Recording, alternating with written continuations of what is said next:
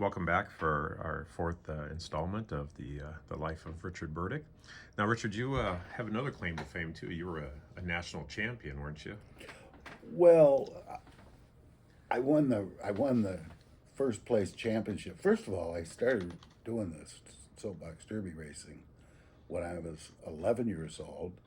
I had an uncle who had two sons that he started racing. Those kids started racing in 1954, and then a second son Bob. Uh, they raced all the way from 1954 up to 1958, and they could never get better than fourth or second place. My cousin Bob, he got second place twice, and this really frustrated Second my place in uncle. the nation or second No, no, place this is locally? just in Kalamazoo, Michigan. Okay. You have to win that race before you can go to the national championship. So, anyways, when his both sons were done racing, I was the next protege. And when I was 10 years old, my uncle started taking me. He was an engineer, and he would take me down to his office and literally taught me how to draw things to scale, use a slide rule, and we drew up this car. And he had all this technology because he'd been doing this for a number of years. So it took about 7, 8 months just working on weekends and occasionally in the evenings.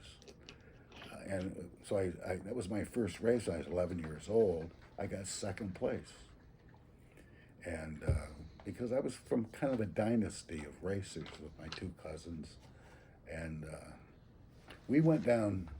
I got second place and a number of prizes. But the second year, after the first race, we went down to Akron, Ohio.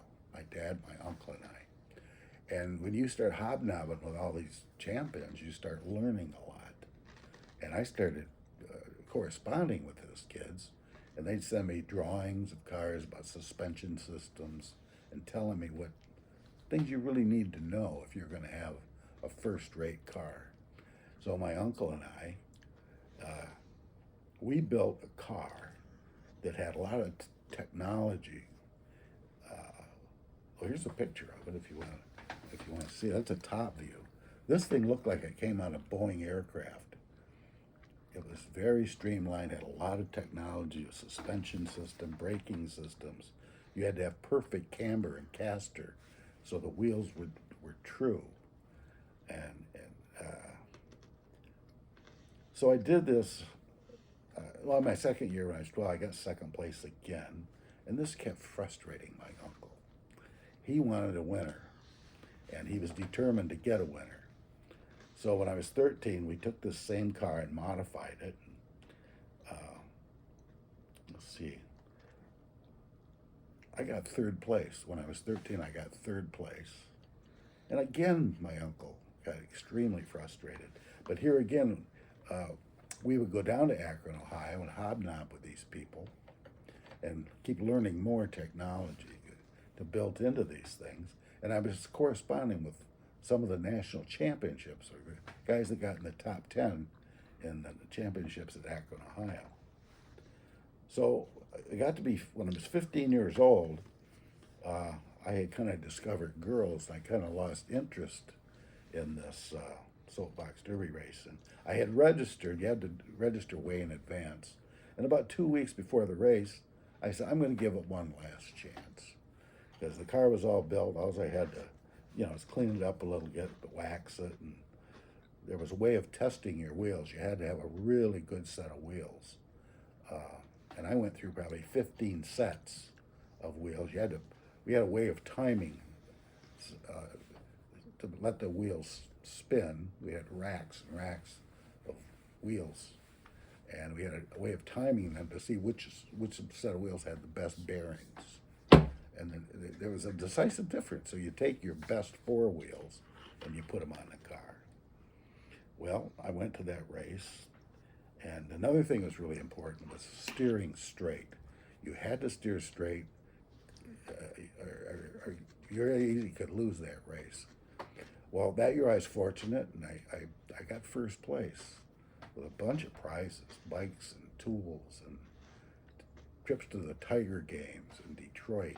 I'm looking at here one of the articles here that you saved out of the newspaper, and It says you got a couple trophies, you got a $500 savings bond, a complete set of power tools, and you have a picture here of the winning.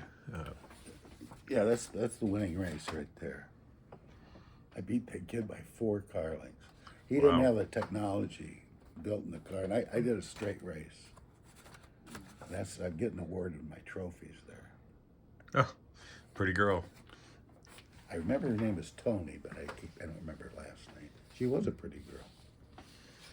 So then you went down to the nationals. I did, and I steered crooked. I won the first heat. My second heat, I steered crooked. I knew I'd lost that race before I got to the bottom, because I could bob my head up a little bit, and I could see this guy's like a half a car length ahead of me. But it was my own, and I shouldn't take my eyes off. I should be looking this way, not over here. But I steered a little crooked, and I lost the race. So I'm out. But the important thing was that not just the prizes I won, it was that $500 savings bond. I wanted to get my hands on that money so I could spend it on coins. Coins were my first what do you call it? First love. First love of my life, coins. So my parents wouldn't let me cash that savings bond. And after Kennedy was assassinated, they came out with articles in Coin World. They're going to make a Kennedy $50. And they're also going to make Kennedy $50 in the proof sets for 1964. And there was a number of articles that people were getting excited about this. And I wanted to cash that savings bond so I could buy a bunch of these proof sets. And one night I woke up and I could hear there's a light on out in the living room. I went out there and my dad's reading Coin World. And I explained to him, these Kennedy proof sets are going to be really good. I said, I got to take and cash that bond so I can buy a bunch of these proof sets. And he says, you might have a good idea. So we took some of the profits I'd made on silver dollars, and I had enough money to buy 400 Kennedy proof sets at $2.10 a piece. Well, it ended up that's I got that bond cash, I got the money, I ordered these sets, and it took the best part 6 or 8 months before I got the first batch of 10. So you broke it down into smaller groups, or did you order 400 Actually, at once? I knew I was going to have a lot more coming. So I went down to the local coin shop and I sold him 10 sets. And the dealers in Coin World were already paying $14 a set. And each week it'd go up 50 cents or $1. So that I got my second batch a few weeks later, a batch of 20. I took them down to the coin dealer. He said, well, I'm not going to buy any of these. So I got to sell the ones you already sold me. So I was one of the first ones that got them. I'd sell them at the coin club meetings. And the next batch I was getting maybe $16. And I just kept selling them because I knew I had all these others coming. The price kept going up. At $20, my dad sold my grandmother, I think it was 10 sets. Because a good investment, these things just keep going up. Well, I kept getting these sets 10, 20 at a time. And at the peak of the market, and I hadn't got all my sets yet, but at this time I'd gotten almost 200 sets. And the wholesale buy on those sets from national dealers in New York City, Florida, Los Angeles, and Vollmer from Illinois, Bloomington, Illinois. The buy price got up to $27.50. That was the buy price. And I sell those guys as fast as I could get them because I knew more were coming. And I was doing really well at this. So then at one point the prices started coming down. And when they got down to about $15, my dad made me buy back from my grandmother. She paid $20 a set. He made me buy them back at $15 a set, which is okay. It's my Grandma Mary. They had given me all these coins.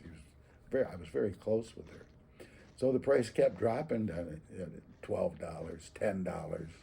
You kept getting sets in the mail? I'm still getting sets in the mail. And they got down to about $8. My last set. I saved 10 sets. And I put them in my safety deposit box. And about 10 years, no, it must have been 20 years later. Whoops. I found those 10 sets. And I've given away to friends over the years. And here, these are the sets I bought when I was 15 years old.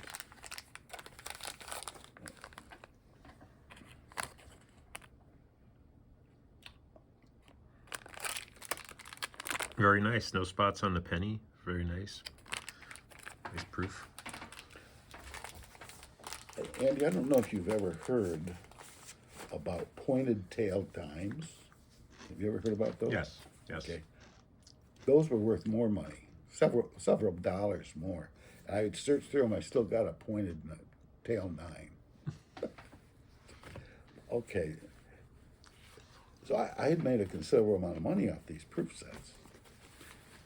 And you'd already finished your Morgan Dollar set at this time? oh, I'd finished that back when in 1962. I picked a whole set out of those 2 bags. Right. But I had sold the CCs, and I got some of that money to help buy the proof sets. And I'd fallen in love with proof sets. And I built a set going all the way back to 1950. So I had a complete set from 1950 up to, because that's when they resumed mintage of proof sets. There was a long, 15 years or so between, they quit making proof sets in 42. No, they started making them again in 36. Right, 36 and to they 42. went up to 42. So as time went by, I from Vollmer, I trade some of those proof sets for like a proof set of 1936. And then there was 2 varieties, I think, of the nickel for 1942. So basically, I put together a run of proof sets from 1936 all the way up till now. It's well, they quit making proof sets in 1965 when they went off the silver standard, and they had them called special mint sets, and they did those up to the 3 years, 65, 66, 67.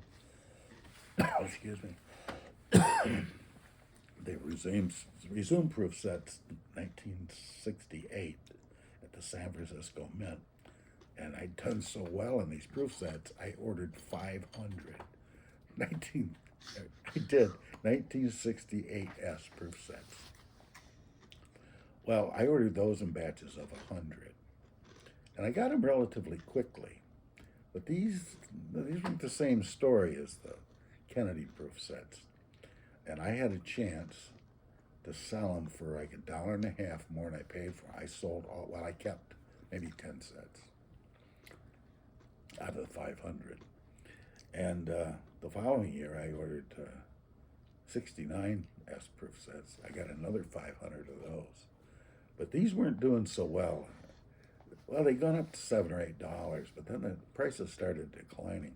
I took them up to a coin show in Lansing, Michigan, and I sold almost all of them to one dealer for $6 a set. Those would cost me $5 a set. So I didn't do that well. It's a good thing I did, because the price kept coming down to it. They went down to under issue price, I think. But something else I did with the profits off those 1964 proof sets is I had like 3.5 grocery sacks, 3.5 paper grocery sacks full of flat pack proof sets. I wouldn't buy just one. I might buy 10 18 1956s, 15 or 20 1957s. And as time went on, the cheaper they got, the more I would buy. I had them in the original boxes back 1953, 1952, 1954, 1955, in the old boxes. And 1955, they started putting them in flat packs. So something else I did, I loved frosty coins. And they're hard to find on the proofs, frosted proofs. So I call up Vollmer and Shotgun Slade, and I said, look, I'm trying to build a set of proof sets where the coins are all frosty. And they didn't really care. I mean, I'm some kid on the phone, they just want to sell whatever. They don't want to spend, extra time looking for frosted coins. But they call me up and they said, well, I got this, this, and this. And they charged me a little bit more because it was aggravating, took their time. And I slowly built. Back to 1950, most of the coins were frosty, but some of these are really hard to find. But I did complete that set. And then I said, well, why don't you go back to 1936? Now the coins get much harder to find frosty. But I did as good as I could. So I finished that set probably by 1966 or 7. Now, at this time, you were in college? I never went to college. I graduated from high school when I was 17 years old. Let's go back a second now. Part of the profits. We'll go back to that in the next episode. Okay. So we're going to go ahead and take a little break here, Okay. and we'll see you in a little bit.